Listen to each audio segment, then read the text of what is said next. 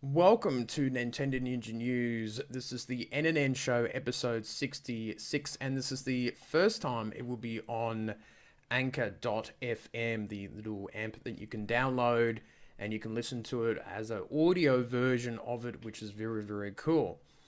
So, and it will be as a podcast too on iTunes and that later on down the track. So, this is some cool stuff to just get into. But it has been a very interesting time since the last NNN show. I'm not too sure if we talked about the Nintendo Labo, the cardboard type game where children put things together and all that sort of stuff, which is excellent. And they've just come out with masking tape that you can get different colors and versions of it. So Nintendo at the moment can literally sell anything and basically make it a success, which is pretty amazing. So but this year has been really, really good in terms of its first year of games, and it's been really, really amazing. I've not been able to really complete a lot of these games in the first year because of how much there is. There's so much. There's so much. I'm just looking through my collection here, and a lot of the games that I've gotten that's been sort of made in the last year, Oxenfree. We have Puzzle Box Maker, which is a good game. Violet, which is good. SteamWorld Dig, which is still part of its first year. Minecraft, Splatoon 2, Mario Kart 8 Deluxe, Mario and Rabbidos, Ironcast, Implosion, Vivo, Dragon Quest Builders, which is a great game that's also come out in the first year. ARMS, Xenoblade Chronicles 2, Breath of the Wild, obviously, in Super Mario Odyssey, Rocket League, Skyrim, Star Ghost, Stick It to the Man, the Tetris game that came out at the beginning of the year of the Switch's life, which was excellent too. 9 Parchments. The Just Dance series is there. Rayman Legends. Snipper Clippers, which has won a lot of praise. Human Resource Machine and World of Goo and Mutant Mud's Collection. All sorts of great games that has come to the Nintendo Switch, and I think it's been really impressive to see all that great stuff happening for the Nintendo Switch. And some people are a little bit concerned about the second year of games, and we don't know what exactly will be coming out. We know that Nintendo Labo is coming out, and Mario Tennis Aces, which is great. That's going to be a very good game. I feel looked really good in the trailer, and I'm looking forward to seeing a tennis game there. So I've been very, very pleased with that. Now, also too, that we've just forgotten is Bayonetta 1 and 2 that is coming out, which is pretty much out now. Everyone can go and get it now, which is fantastic. It looks fantastic on the Switch. I haven't bought the game. I'm going to keep to my budget. And I've already got it on the Wii U and that, so I don't technically need to buy it again. I'll just play it on the Wii U. And there will be times where, when ports come to the Switch, some people will opt for that decision not to buy that. Now, I think the first year for Switch games has been very impressive. I think it's been fantastic. I've been very, very happy about the way that it has all come about in terms of just the quality of the games, a right mix of ports and enhanced versions. And with over 350, maybe probably over 400 games on the Nintendo Switch on the eShop and the physical media, it's been a really, really big year for the Switch. And I'm very happy about that. We know that the online service is coming out in September now.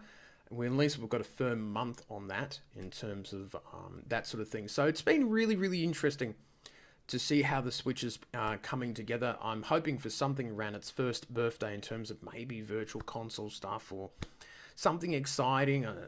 There may be a new Direct at some point. And even looking at February, it's 4 months until E3. So it's a sort of semi-exciting time where we're just getting used to the new year. We're looking at what's coming out. But I think that we can look back and say how really successful it has been for Nintendo Ninja News and the Nintendo Switch, and this year's been really good for the channel. I've been happy with a lot of the views and meeting new people too. You know, ever since when the YouTube policies changed for this channel, a lot of people started to support us a bit more, and that's been really exciting and really good. So I'm very happy about that. And I hope that things get a little better. I think that things will improve for the channel and for the Nintendo Switch. This hardware has been probably a big reason why Nintendo Ninja News has been doing well. So a lot of interesting news happening. Let's just check around for those people on the anchor.fm. So interesting news with the Splatoon 2 starter pack coming on March the 16th. Ubisoft is keen to keep doing support. Chance the Rapper wants Fortnite on the Nintendo Switch. I'm not too sure of his chances of that happening. And Bandai Namco seems to be working on Metroid Prime 4, which is now seems to be confirmed. And what else? And I reviewed a Google Home Mini, which was interesting, but it has really changed my life. I can remember things now and put things on a shopping list and all that sort of exciting stuff. So it's been really, really cool the last 2 or 3 weeks. I took a few days off on the weekend, and eventually I will get through all of these games that I've bought in the last year or so.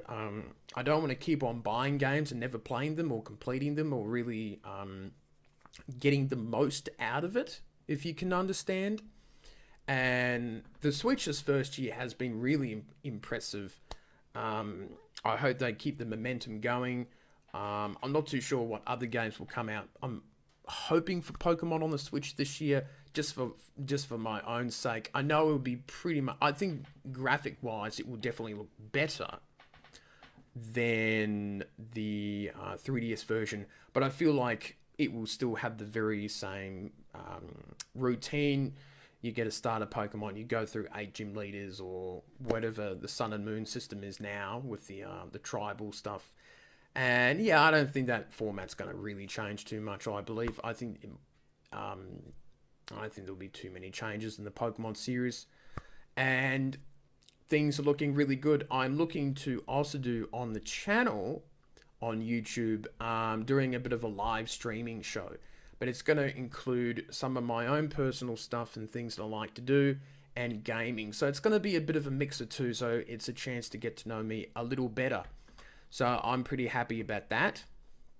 And hopefully you'll come on board and watch me live, or even watch the show afterwards and see what sort of exciting things we can do. We're just trying to increase the views in different times and periods and that, and see if we can get to know people more, and have guests online and things like that. So could be a lot of fun to do. It's going to be interesting to see what will happen, trying to do more collaboration type stuff with people. So I wonder how that's all going to turn out. And I think that's all I can say. It's a bit of a quiet update, but there's a few little Nintendo Ninja News stuff to talk about, and how well the Switch has done. It's had a great first year, and I'm very, very happy about it.